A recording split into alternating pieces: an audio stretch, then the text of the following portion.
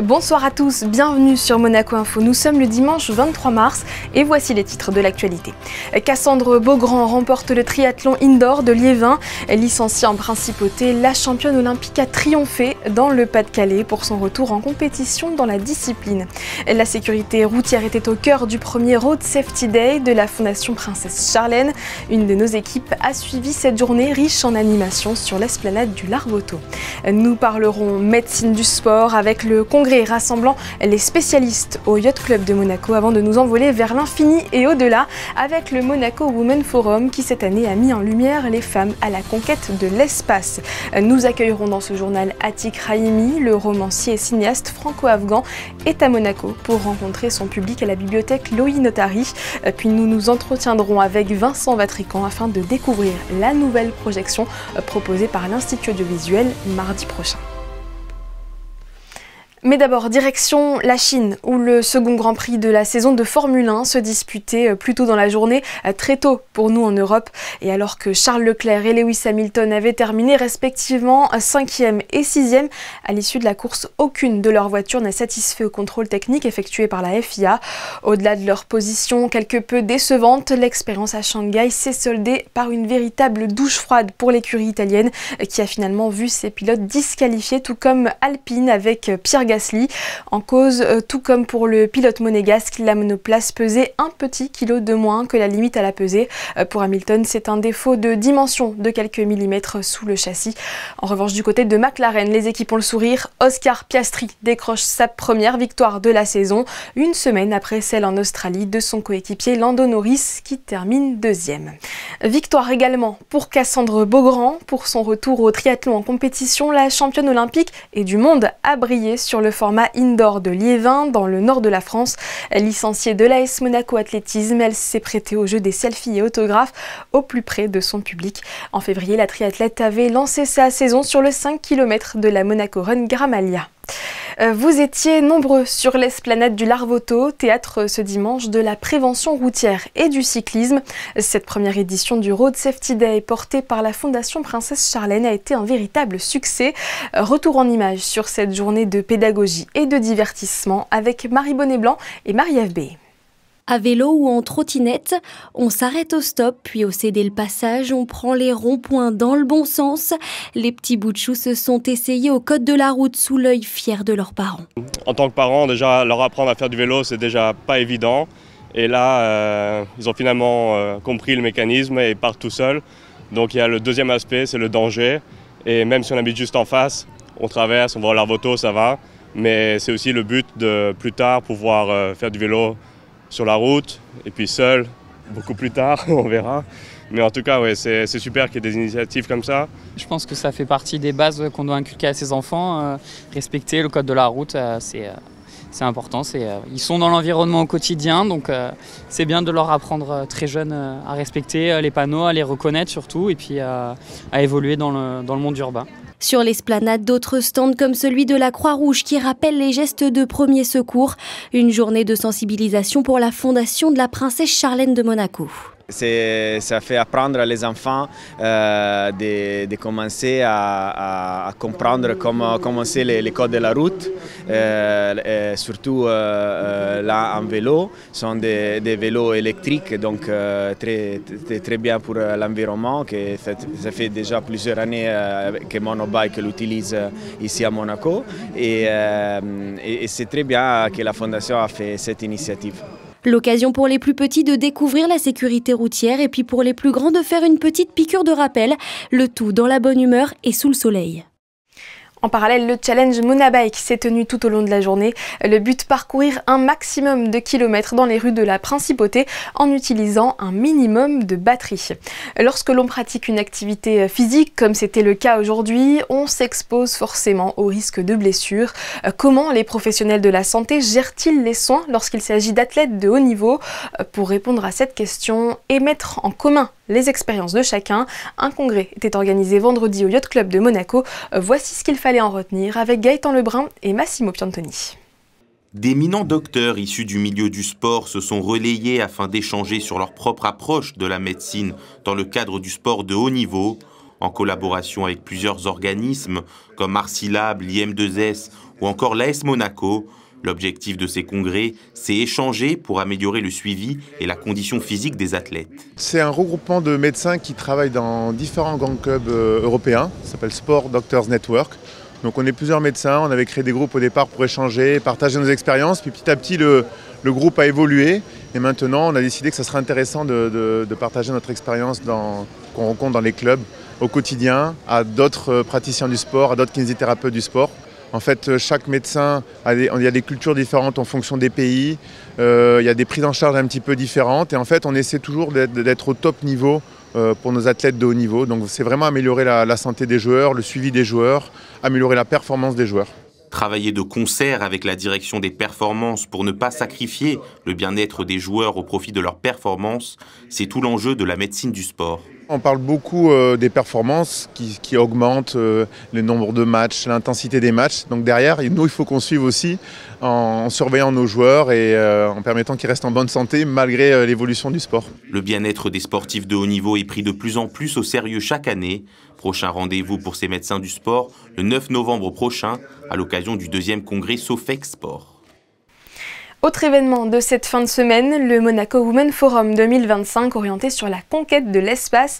Nous vous révélions hier les lauréates du prix Femmes de l'année. Hélène Huby, française, cofondatrice et directrice générale de la société d'exploration spatiale The Exploration Company, et Amalia Ercoli Finzi, première femme en Italie à recevoir un diplôme d'ingénieur en aéronautique. Aujourd'hui, nous vous proposons de découvrir les échanges qui ont eu lieu en amont de la cérémonie avec Vanessa Dessy et Jean-Alexandre Dordet. Le Monaco Women Forum a braqué les projecteurs sur les femmes qui participent à la conquête de l'espace. Cet événement se veut une plateforme d'inspiration et de réflexion sur l'importance de la diversité dans les missions spatiales et les recherches scientifiques. Le Monaco Women Forum, c'est un événement qui amène des femmes internationales qui vont parler sur un sujet. Cette année, c'est l'espace.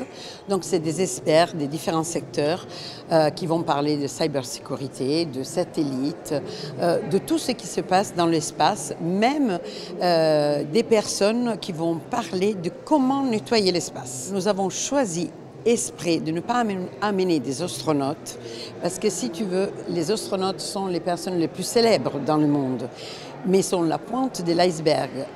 En bas, il y a tout un monde qui construit et qui travaille pour lancer après les astronautes, mais pour lancer des satellites, pour faire tous les travaux, et c'est énorme, les travaux qui sont en train de se faire pour l'espace.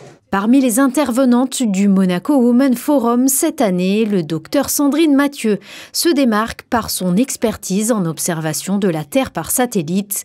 Ancienne cadre de Thales, aujourd'hui elle participe à des projets majeurs. Sa présence à cet événement est l'occasion d'échanger sur le rôle crucial des technologies spatiales tout en valorisant l'expertise féminine dans des domaines scientifiques encore majoritairement masculins. Je fais le lien entre la société, qui est une société qui travaille dans le domaine de la gestion des données spatiales et le traitement aussi des données spatiales, et nos clients institutionnels, c'est-à-dire l'Agence spatiale européenne, mais aussi le CNES, le JRC, c'est-à-dire le Joint Research Center qui s'occupe des traitements, et l'Europe, la Commission européenne. C'est un bonheur d'abord de rencontrer des collègues, d'en retrouver de nouvelles aussi, et puis de voir que ce milieu, il laisse parler les femmes, il nous laisse nous exprimer, exister.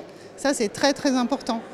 La position des femmes dans le domaine des sciences, de manière générale, n'est pas souvent mise en avant, et ce genre d'événement permet de le faire. Le Monaco Women Forum montre cette année que la conquête de l'espace n'est plus seulement une affaire d'hommes. La bibliothèque Louis Notari a accueilli le romancier et cinéaste franco-afghan Atik Raimi pour une rencontre littéraire cette semaine. Connu pour ses œuvres autour de l'exil, de la guerre et de la quête d'identité notamment, le romancier et cinéaste récompensé il y a quelques années par un prix Goncourt est en duplex avec nous. Bonsoir Atik Raimi. Bonsoir. Qu'avez-vous souhaité partager lors de cette rencontre en principauté? Monaco est connu justement pour un lieu de loisirs, un lieu de bien-être, etc. Mais dans ça, alors que le monde autour de nous toujours vivre des catastrophes sur catastrophes.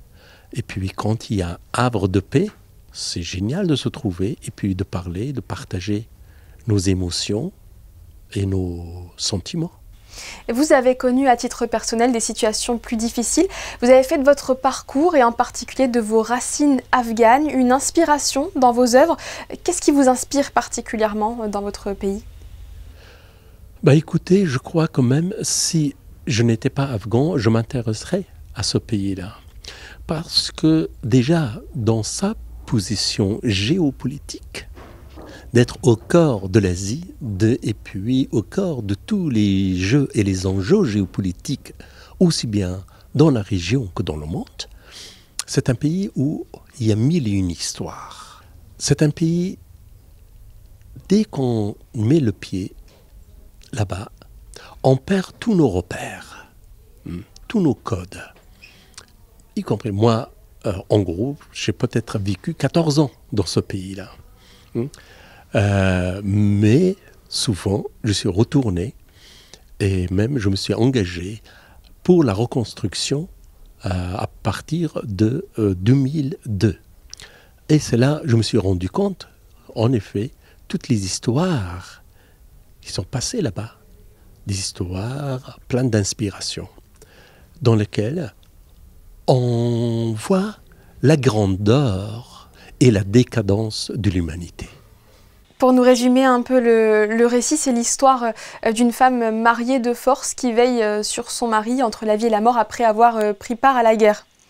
Elle commence à lui parler comme l'homme ne peut plus lui répondre, comme l'homme ne peut plus réagir et blâmer sa femme, alors c'est une belle occasion pour elle de vider son corps, de s'ouvrir et de parler d'elle-même et de dire tout ce qu'elle avait gardé depuis des années et des années sur le corps.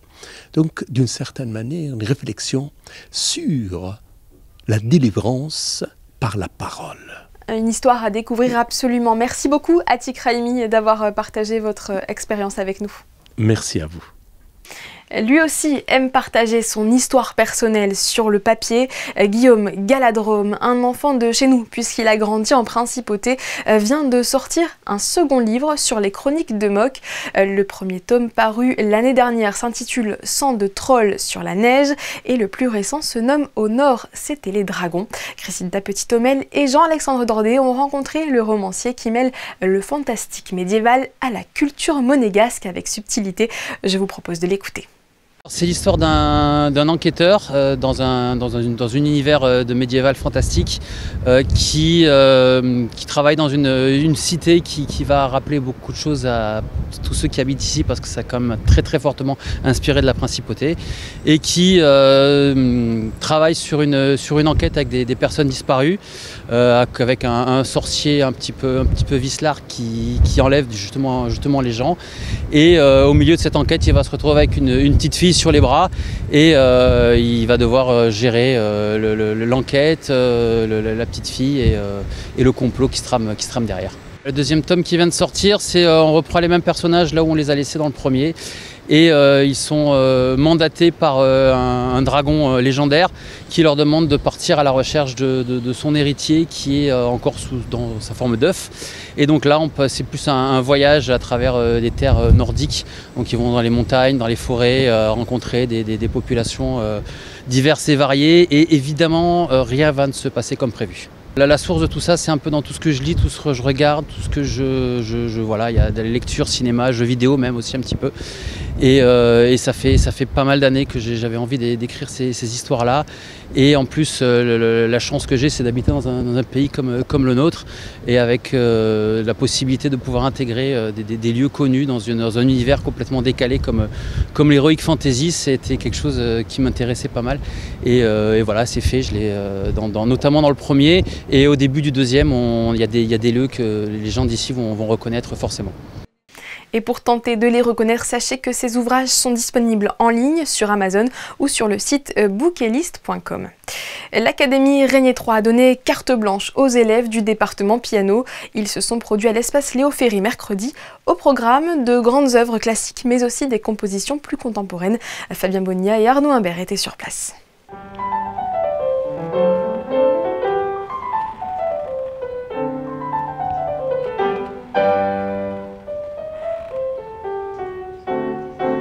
Près d'une vingtaine d'élèves ont eu une carte blanche, c'est même le concept de ce concert organisé par le département piano de l'Académie Régnier 3. L'occasion de découvrir le fruit de leur travail et de célébrer la passion de la musique à l'espace Léo Ferré. Alors on fait ça d'abord premièrement pour que les enfants puissent restituer un travail, qu'ils ont donc travaillé chacun avec leur professeur. C'est aussi une façon de monter sur scène, de travailler sur son track. C'est une épreuve importante qui fait partie effectivement du cursus de tous nos élèves ici à l'Académie. Ils montent au moins 1 à 2 fois par an sur scène. Là, effectivement, c'est une soirée spéciale puisque c'est une soirée piano uniquement. Comme vous le savez, le pianiste est un musicien plutôt solitaire. Donc, c'est très important pour nous, justement, de pouvoir les mettre à l'honneur ce soir.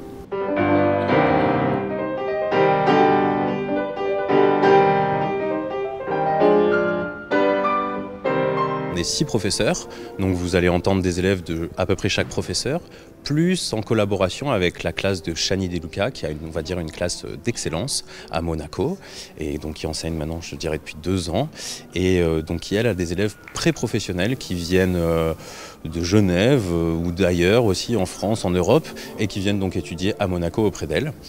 Donc on a vraiment des élèves pour les plus jeunes qui doivent avoir 11 ans jusqu'à des pré-professionnels qui sont de jeunes adultes. Et donc ça permet vraiment d'entendre une belle diversité, que ce soit au niveau du répertoire, que aussi au niveau de l'âge et du niveau. Le public a pu ainsi découvrir pendant 1h30 environ le travail pédagogique de ces jeunes de tout âge et tout niveau, avec un répertoire varié allant des grandes œuvres classiques aux compositions plus contemporaines, sous la direction attentive de leurs professeurs et l'écoute bienveillante des spectateurs.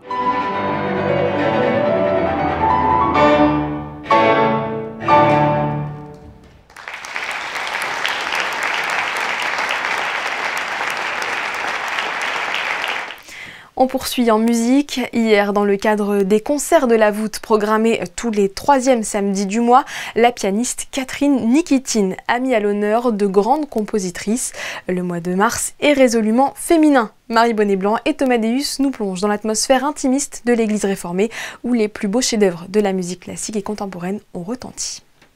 On dit souvent que derrière chaque grand homme se trouve une femme. Eh bien, à l'époque, on pouvait dire qu'à travers chaque grande musicienne se cachait un homme. Dans l'église, plusieurs morceaux de piano composés par des femmes ont été joués, une proposition qui avait son importance. C'est vrai que quand je travaille la musique de ces femmes, je me sens très touchée par leur esprit de rébellion, parce qu'elles ont toutes dit flûte ou zut à leurs parents ou à leur époux qui ne voulaient pas qu'elles soient musiciennes professionnelles. La vie n'était pas si facile pour une femme au 19e et au début du 20e siècle. Alors aujourd'hui, de nos jours, c'est facile pour une femme de dire je vais être musicienne, il n'y a aucun souci. Mais à l'époque, toutes ces femmes qui ont pris la plume, elles expriment soit une immense mélancolie d'avoir été privées de leurs ailes de créatrices, soit une grande rébellion qui parcourt ces pages, et c'est très grisant à jouer. Un concert d'une 40aine de minutes qui retrace les compositions de 5 grandes figures féminines de la musique, un moment hors du temps rempli d'émotions et qui a plu aux spectateurs. On s'est vraiment régalé, c'était magnifique, très pédagogique aussi, et elle nous a très bien expliqué, résumer clairement les choses, et tout ça juste avant de jouer, il faut le faire, c'est une belle performance. J'ai passé une magnifique soirée avec une merveilleuse musicienne. Je connaissais Katia pour l'avoir déjà entendue, et là en plus elle nous a fait découvrir des femmes compositrices. J'en connaissais que la moitié à peu près, et là c'est vraiment une véritable performance qu'elle a fait, parce que ils sont des œuvres extrêmement difficiles. Magnifique, parce qu'il y a une telle variété. Et elle parle tellement bien des compositrices que c'est intéressant. Même le moderne, qui est un peu en dehors de ce que je connais, ça parle. Et elle est tellement magnifique, comme elle est. Elle nous amène dans son monde. Le prochain rendez-vous, c'est le 26 avril avec Olivier Stenberg, un pianiste qui reviendra sur vos morceaux d'enfance. Parlons 7e art à présent, et plus précisément de films d'animation. L'Institut audiovisuel vous donne rendez-vous en famille mardi prochain pour la projection de Brendan et le secret de Kells, une adaptation lumineuse du livre de Kells qui immerge le spectateur en Irlande au 9e siècle dans l'abbaye de Kells. C'est là où vit Brendan, un jeune moine de 12 ans, prêt à tout pour protéger le monastère des Vikings. Le directeur de l'Institut, Vincent Vatrican, en dévoile un peu plus dans cet entretien mené par Fabien Bonilla. Vincent Vatrican, bonsoir. Bonsoir Fabien. Aujourd'hui, on parle de Brendan et le secret de Kells, un film de 2008, et c'est dans le cadre d'une projection cinéma d'animation. Oui, c'est le label qu'on développe depuis 2 ou 3 ans, qui met l'accent sur le cinéma d'animation d'hier ou d'aujourd'hui. Et qu'on fait grâce à la complicité de Jean-Paul Comin, producteur et grand connaisseur du cinéma d'animation, qui nous aide à monter ces programmes dans l'idée, quand on y arrive, de faire venir les cinéastes pour parler aux spectateurs de leur travail, de leur façon de faire, qui peut être très différente, puisque le cinéma d'animation est très divers. Et là, on va en Irlande. Quelle est l'histoire ? Alors, c'est l'histoire, donc c'est une histoire qui se situe au 9e siècle. C'est ça. En Irlande, dans l'abbaye de Kells, et s'attache à un personnage, Brendan, un jeune moine de 12 ans, qui participe, comme toute la communauté, à la construction de fortifications pour essayer de défendre l'abbaye de l'envahisseur viking. Voilà le point de départ. Alors, le film fait fond sur un célèbre manuscrit, le manuscrit de Kells. Qui est un vrai manuscrit. Qui est un vrai manuscrit. Qui est maintenant dans la bibliothèque de Dublin, je crois d'ailleurs. Absolument, qui est toujours conservé et dont certaines pages sont toujours présentées au public, alors qui a ceci de particulier qui le relate évidemment beaucoup de l'histoire et du Nouveau Testament, mais surtout est enrichi de beaucoup d'enluminures.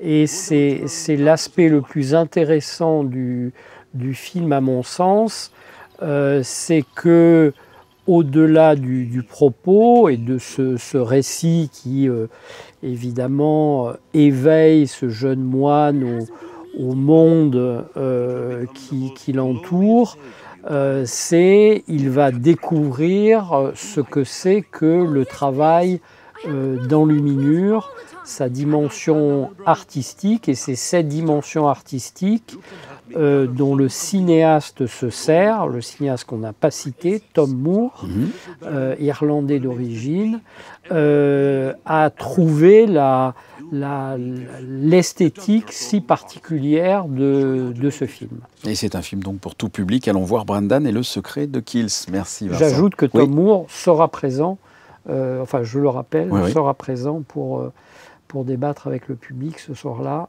et le lendemain au cinéma de Beaulieu, puisqu'il nous fait le plaisir de rester 2 jours sur la Côte d'Azur. Très bien, merci Vincent. Merci Fabien. His writings are said to glow from the pages as though they are light. Do you want to see the most beautiful page? The one that will turn darkness into light. But it hasn't been made. Pensez-y au moment de faire vos courses du côté du centre commercial de Fontvieille. Vendredi 28 et samedi 29 mars, Semeurs d'Espoir Monaco prévoit une grande collecte alimentaire afin de pouvoir continuer à distribuer des produits de première nécessité aux plus démunis à Nice et à Menton. Nous n'avons plus de stock, nos étagères sont vides, alerte l'association. Sur place, une urne pour recueillir des dons sera également mise à disposition. Et si cela est plus pratique pour vous, il est possible de les déposer chez Abeille Assurance, rue Caroline, ou au parking de la digue semi-flottante. Les bénévoles comptent sur vous. Cette édition touche à sa fin. Merci de l'avoir suivi. Ne manquez pas demain la sortie d'un nouveau podcast. Joël Garraud est l'invité de Geneviève Berthy. L'ancien chef étoilé revient sur sa brillante carrière et notamment ses années passées à la tête des cuisines du Vistamar de l'hôtel Hermitage, lui qui se consacre désormais à la transmission. À la présentation de votre 19h ce lundi, Émilie Rousseau, mais tout de suite Marie Bonnet-Blanc nous détaille les prévisions météo. Belle soirée à tous sur Monaco Info.